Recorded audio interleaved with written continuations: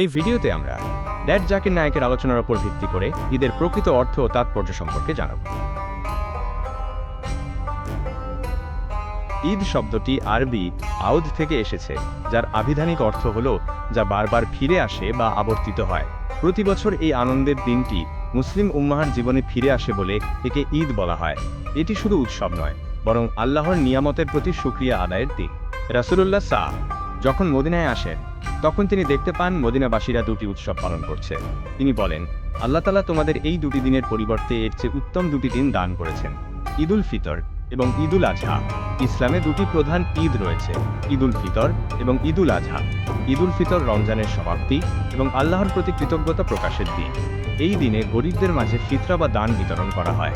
ঈদুল আজহা হজের সময় পালিত হয় এবং আল্লাহর সন্তুষ্টির উদ্দেশ্যে পশু কুরবানির মাধ্যমে উদযাপিত হয়।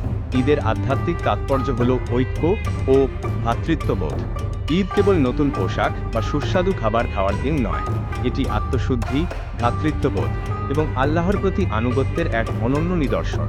ধনী দরিদ্রের ভেদাভেদ ভুলে নামাজ আদায় করার মাধ্যমে ইসলামের সাম্যবাদ ফুটে ওঠে। ঈদের মূল উদ্দেশ্য হল শুকরিয়া আদায়, ভ্রাতৃত্ব সুদৃঢ় করা, বৈষম্য দূরীকরণ এবং সুসম্পর্ক বজায় রাখা।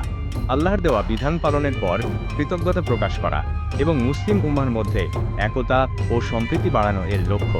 ঈদের দিনের গুরুত্বপূর্ণ সুন্নাত সমূহের মধ্যে রয়েছে গোসল করা ও পরিচ্ছন্ন পোশাক পরিধান করা, ঈদুল ফিতরে নামাজের আগে মিষ্টি জাতীয় কিছু খাওয়া এবং এক রাস্তা দিয়ে ঈদগাহে যাওয়া ও অন্য রাস্তা দিয়ে ফিরে আসা। ইসলাম একটি ভারসাম্যপূর্ণ ধর্ম। ঈদে আনন্দ করার পূর্ণ অনুমতি থাকলেও তা অবশ্যই শরীয়তের নির্ধারিত সীমার মধ্যে হতে হবে। অনৈতিক কার্যকলাপের মাধ্যমে ঈদের আনন্দ উদযাপন ইসলামে সমর্থনযোগ্য নয়।